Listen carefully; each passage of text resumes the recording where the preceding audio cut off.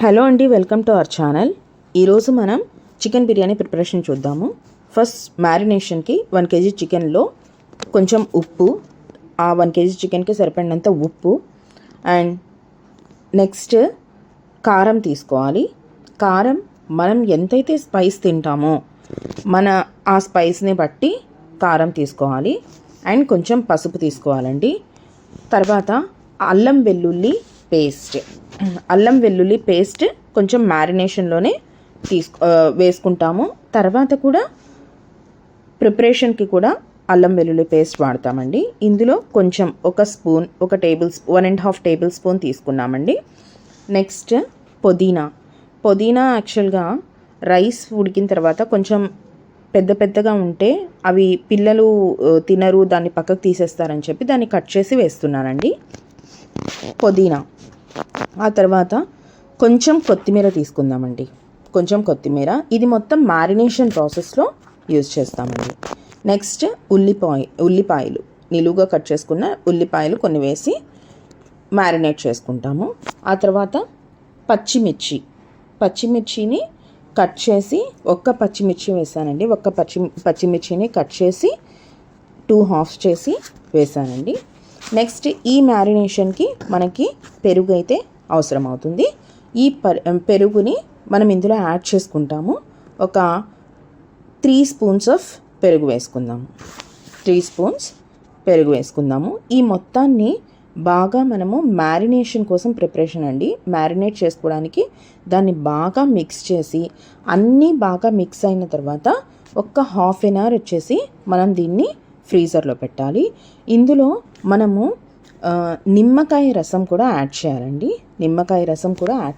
ఇవి మొత్తం బాగా మిక్స్ అయిన తర్వాత ఆ స్పైసెస్ అనేవి పీస్కి బాగా అంటుతాయండి. అందుకని ఈ నిమ్మకాయని యాడ్ చేసిన తర్వాత మనం దీన్ని ఫ్రిడ్జ్లో పెట్టుకుంటామండి.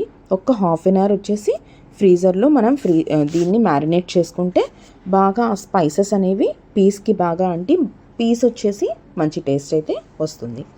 నెక్స్ట్ ఈ మొత్తాన్ని మనము ఒక కుక్కర్లో తీసుకొని ఆ కుక్కర్లో ఈ మ్యారినేట్ చేసుకున్న చికెన్ని మనం వేసుకొని ఒక 5 to 6 విజిల్స్ వచ్చేంత వరకు ఒక మీడియం ఫ్లేమ్లో పెట్టి దాన్ని మనము కుక్ చేద్దామండి.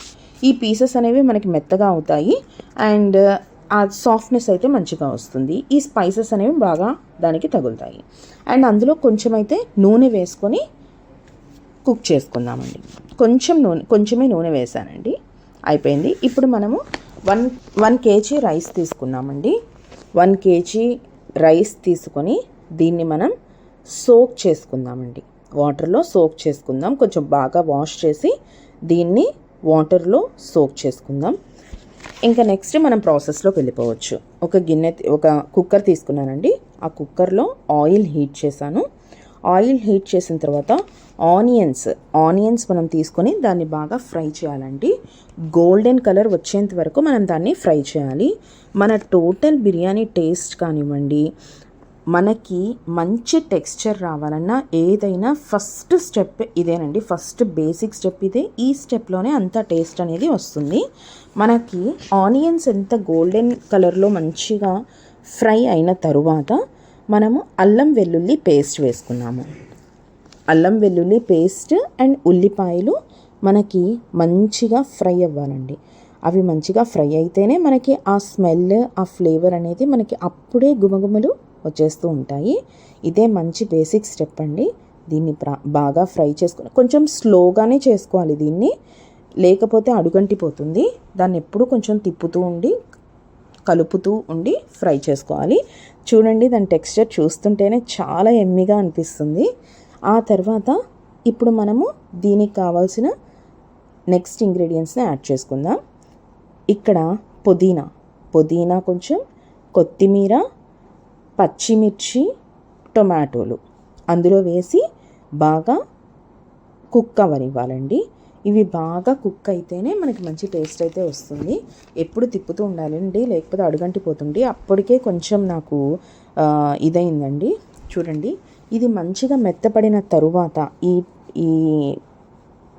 మొత్తము బాగా మెత్తబడిన తర్వాత మనం రైస్ ఆల్రెడీ సోక్ చేసుకున్న రైస్ని తీసుకొని మనం డైరెక్ట్గా వాటర్ లేకుండా ఆ రైస్ అంతవరకు మనం ఈ మసాలా ఐటమ్స్లో వేసేసేయాలండి. దీన్ని బాగా కలిపి ఫస్ట్ ఇంకొక మేజర్ స్టెప్ అండి ఇది, మంచి టేస్ట్ అయితే రావడానికి.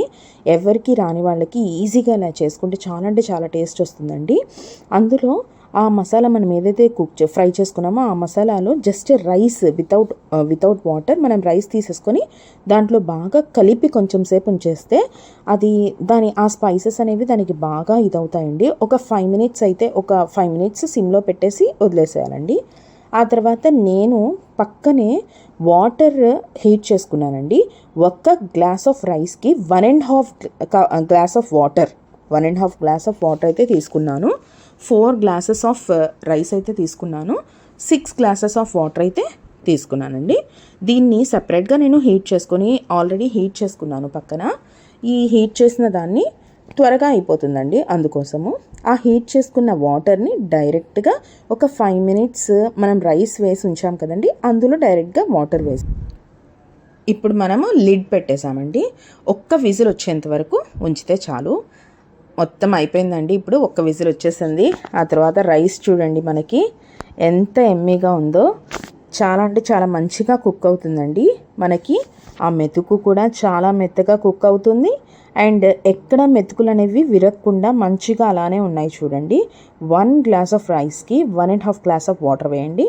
అండ్ అందులో మన బిర్యానీలో khatta, that is a special అండి, కలియా అంటాము, చాలా బాగుంటుంది. దాని రెసిపీ కూడా నేను పెడతాను, అది తప్పకుండా చూడండి. అండ్ దహి చట్నీ, పెరుగు చట్నీ, వీటితో తింటే చాలా టేస్ట్ అయితే వస్తుందండి. చాలా టేస్ట్ అయితే వస్తుంది. మీరు ఒక్కసారి ట్రై చేసి చూడండి. ఛానల్ని తప్పకుండా సబ్స్క్రైబ్ చేయండి, లైక్ చేయండి. ఇంకా వీడియోస్ ఉన్నాయి, మొత్తం చూస్తూ ఉండండి.